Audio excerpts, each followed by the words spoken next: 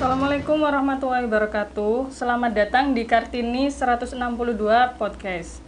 Nah, tamu kita kali ini adalah Ketua DPRD Gresik yang barusan dilantik. Beliau adalah Bapak Haji Muhammad Abdul Qodir SPD.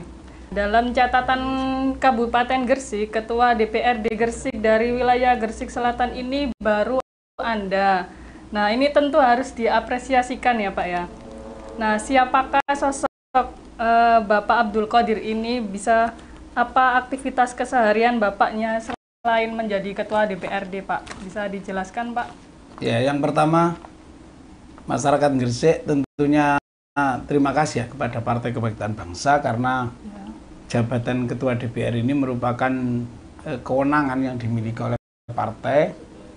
Selaku pemenang pemilu di Kabupaten Gresik, maka PKB bisa menempatkan kadernya di jabatan Ketua DPRD.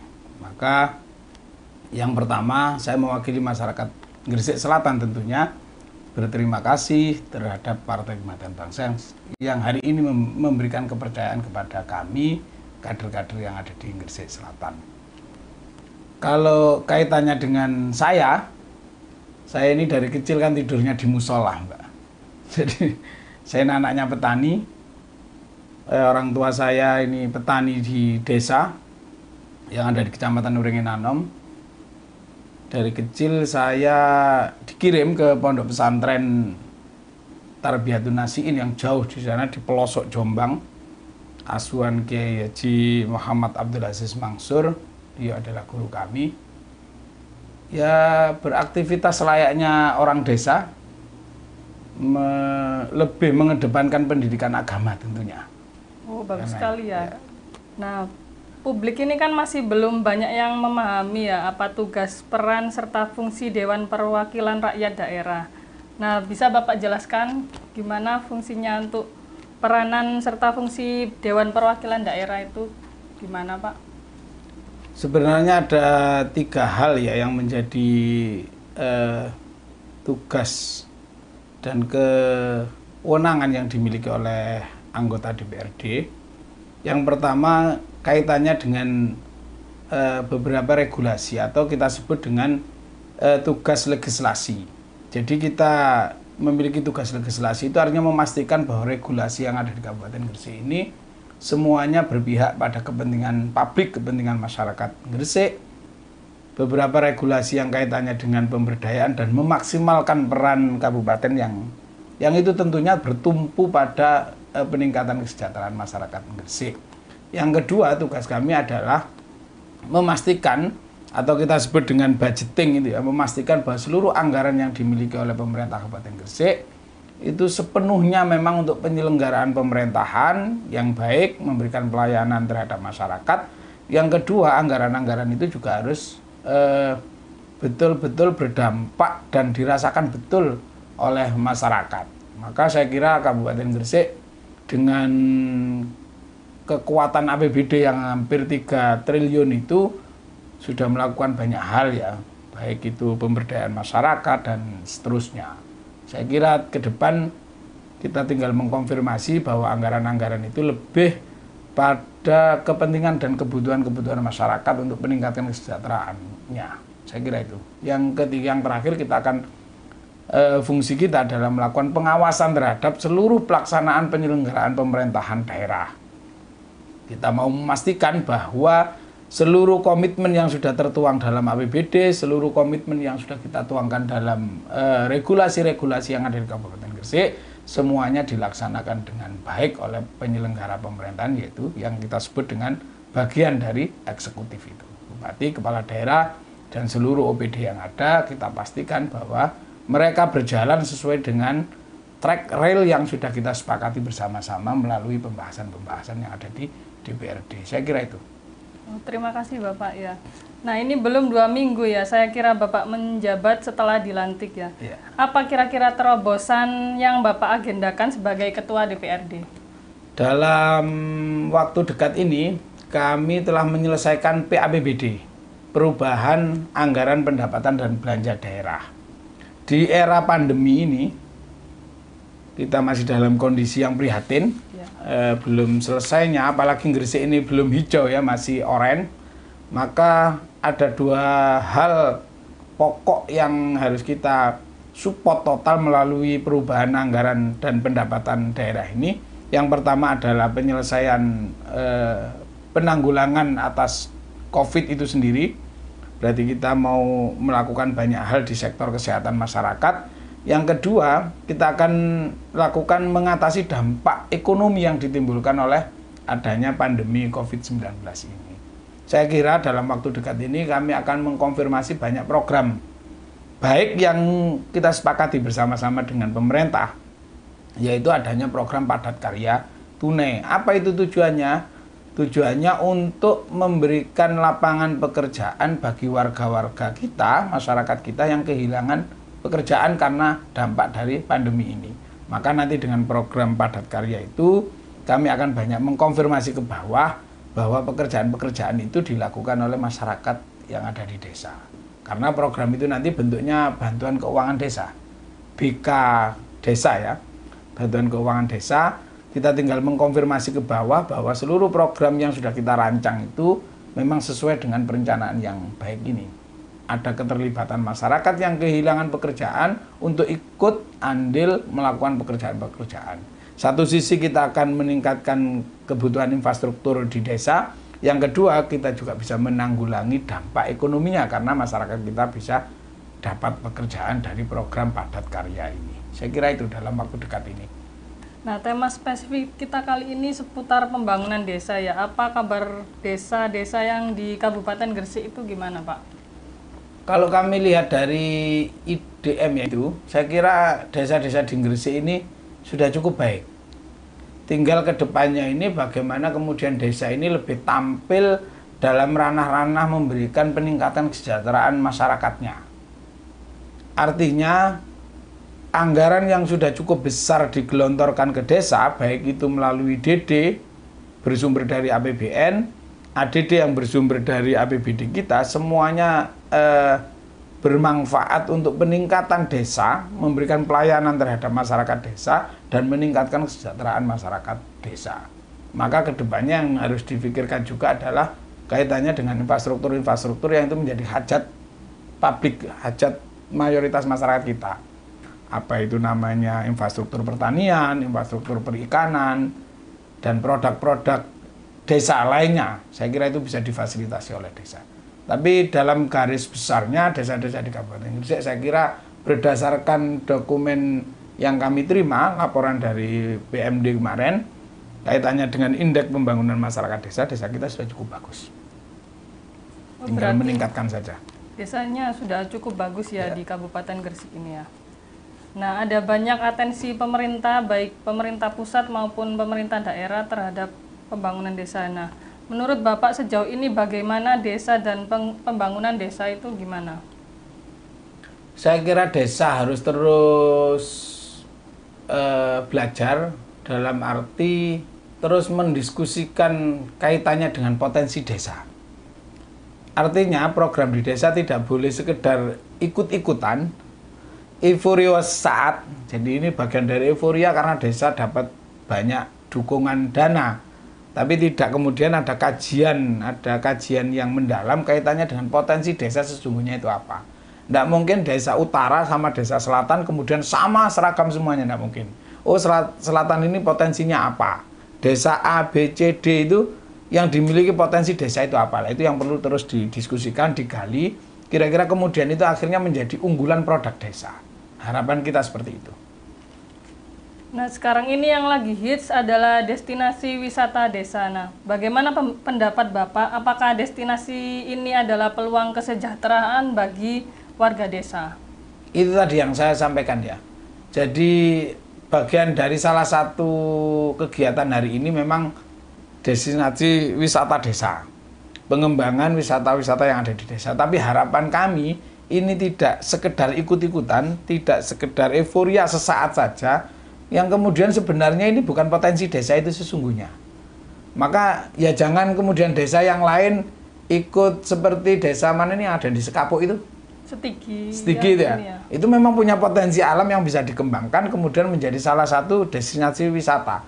Tapi desa yang lain mungkin bukan pariwisata unggulannya. oh ada desa di Manyar, di Bunga, mungkin kayak di Bunga itu ada desa yang mayoritas masyarakatnya pembuat kopiah, ya itu diberdayakan di situ. Jangan kemudian semuanya seragam, ini mentang-mentang lagi boomingnya wisata desa, kemudian semuanya ikut membuat itu. Tapi gali betul potensi desa yang dimiliki. Penghasil perikanan, ya coba hasil perikanannya itu bisa menjadi produksi olahan yang kemudian itu bisa meningkatkan kesejahteraan masyarakat. Nah, saya kira wisata desa ya baik, tapi harapan kami ini tidak sekedar ikut-ikutan di desa yang lain. Ya gali terus potensi desanya kayak apa. Kalau tidak memiliki potensi yang kuat akan adanya wisata desa, atau oke, kita ada wisata desa tapi dampak positif atau dampak perkembangan pertumbuhan ekonominya tidak berdampak langsung terhadap masyarakatnya, ya jangan ikut. Ya berarti harus ada kajian di tingkat desa itu. Jadi harus dengan disesuaikan desa, dengan kemampuan potensi desanya sendiri-sendiri ya Pak ya. Betul. Nah, Partai Kebangkitan Bangsa di Kabupaten Gresik saat ini mencalonkan kadernya maju sebagai calon kepala daerah pilkada tahun ini. Nah, bagaimana tanggapan Bapak terhadap figur Bapak Haji Muhammad Qasim ini? Apa kelebihan Bapak Qasim? Yang pertama gini Mbak, yang pertama saya sebagai kader Partai Kebangkitan Bangsa yang memang sejak awal berdirinya partai di tahun 99, saya ini sudah ikut. Meskipun waktu itu ya masih ikut-ikutan karena saya baru pulang dari pesantren tahun 99 itu, 98 saya masih di Denanyar, kemudian 99 saya pulang dan ikut-ikutan lah, tahu betul atas jeripayah dan tokoh-tokoh NU kita mendirikan partai ini. Maka hari ini saya ikut bangga karena baru setelah Yai Robah itu kita tidak pernah memiliki kader internal yang bisa dicalonkan sebagai bupati. Maka hari ini dengan kapasitas beliau Pak Qasim sebagai ketua DPC PKB yang sudah pasti itu kader partai, maka saya sebagai bagian dari kader partai ikut bangga. Itu yang pertama. Kaitannya dengan potensi kelebihan Pak Qasim sehingga kami harus ngotot ini Pak Qasim harus menang. Saya kira pemerintah ini butuh orang yang berpengalaman untuk mengelolanya. Tidak cukup kemampuan katanya, tidak cukup jarine iki, masukan yang tidak dimiliki secara, artinya kompetensinya belum terasah untuk mengelola pemerintahan ini. Karena jangan lupa Gresik ini penyangga dari Surabaya, kota ketiga di Jawa Timur setelah Surabaya dan Sidoarjo. Kita ini bagian dari penyangga ibu kota Jawa Timur, maka potensi dan problem kompleksnya sangat butuh kompetensi dan pengalaman untuk mengelolanya. Maka saya yakin bahwa seluruh potensi dan pengalaman yang dimiliki oleh Pak Qasim, maka Pak Qasim akan bisa jauh lebih baik daripada SK jilid 1 maupun jilid 2. Saya yakin dengan tampilnya Pak Qasim, dengan gaya kepemimpinan beliau yang santun, yang utama ini Pak Qasim ini memiliki ciri khas khusus yang tidak dimiliki calon lain, yaitu gaya santrinya. Dan Gresik sebagai kota wali, Gresik sebagai kota yang memiliki banyak pesantren, insya Allah akan memiliki kesamaan dengan gaya yang dimiliki dan kompetensi yang dimiliki oleh Pak Qasim. Yang utama adalah pengalaman beliau itu. Karena pemerintah ini tidak boleh dibuat main-main, harus orang yang berpengalaman yang mengelola Gresik ini. Kalau cuma ilmunya katanya, jari ini, saya tidak yakin bisa mengelola. Maka Pak Qasim satu-satunya ini kader partai PKB yang pas untuk dicalonkan sebagai bupati karena berbagai macam kelebihan yang beliau miliki. Dan itu sesuai dengan kondisi Gresik hari ini. Nah, pilkada sekarang ini kan bersamaan dengan pandemi yang belum selesai. Apa tanggapan Bapak tentang ini, pilkada di masa pandemi seperti ini? Ya, saya harap semua paslon tetap menggunakan, semua paslon dan pendukungnya, termasuk kami, ini tetap menggunakan protokol kesehatan, ada physical distancing dan lainnya itu tetap harus kita laksanakan, menggunakan masker, tidak melakukan pertemuan-pertemuan dengan skala besar. Saya pikir nanti paslon dan tim suksesnya akan mencari pola-pola kampanye aman yang sesuai dengan protokol COVID karena kita masih dalam era pandemi ini. Itu harapannya. Tapi publik tetap akan mendapatkan informasi yang utuh kaitannya dengan visi dan misi paslon. Itu tetap harus tersampaikan. Apa kira-kira visi dan misi paslon ke depan, itu tetap harus tersampaikan kepada publik terhadap masyarakat kita, tapi protokol kesehatan tetap terjaga.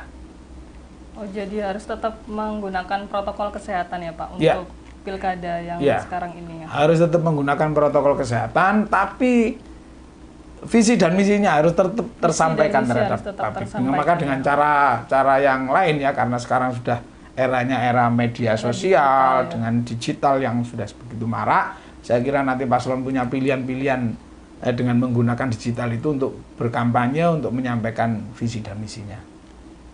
Nah, sektor kesehatan tentu menjadi prioritas program pemerintah daerah saat pandemi gini ya.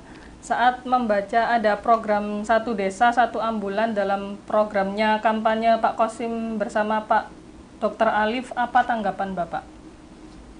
Saya menanggapi memang sudah waktunya untuk dalam rangka satu memberikan percepatan pelayanan kesehatan. Jangan lupa kesehatan ini bagian dari urusan wajib yang harus dilakukan oleh pemerintah daerah. Karena ini urusan wajib ya, maka pelayanannya harus maksimal. Di antaranya pengadaan Satu Desa Satu Ambulan itu dalam rangka mempercepat memberikan pelayanan terhadap masyarakat. Saya kira ini cukup realistis dengan kemampuan APBD yang kita miliki, dengan potensi yang hari ini Gresik miliki. Saya kira ini cukup tepat. Program pengadaan Satu Desa Satu Ambulan itu dalam rangka satu ya, tujuannya otomatis mempercepat memberikan pelayanan kesehatan terhadap warga kita.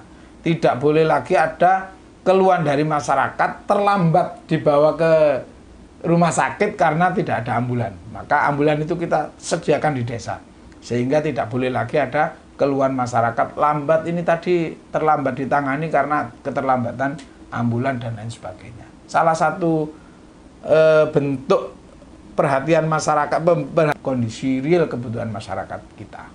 Saya kira cukup bagus dan ini sangat relevan dan sesuai lah dengan kemampuan APBD kita. Karena insya Allah nanti di tahun 2021 APBD kita direncanakan 3,6, 3,7, 3 triliun 700 miliar sekian lah.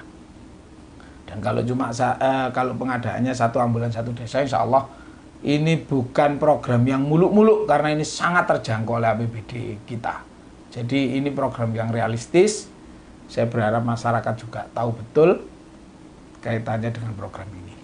Baik, gitu, tanggapan positif program ini. Nah, terima kasih Pak sudah menyempatkan hadir di podcast Kartini 162. Sama-sama. Ini, Pak, ya. Sukses selalu ya untuk Amin, Bapak amin, ya. amin. Nah, sampai ketemu di podcast Kartini 162 berikutnya. Tentu Siap, dengan tamu dan tema yang menarik lainnya. Siap, siap. Assalamualaikum warahmatullahi wabarakatuh. Terima kasih.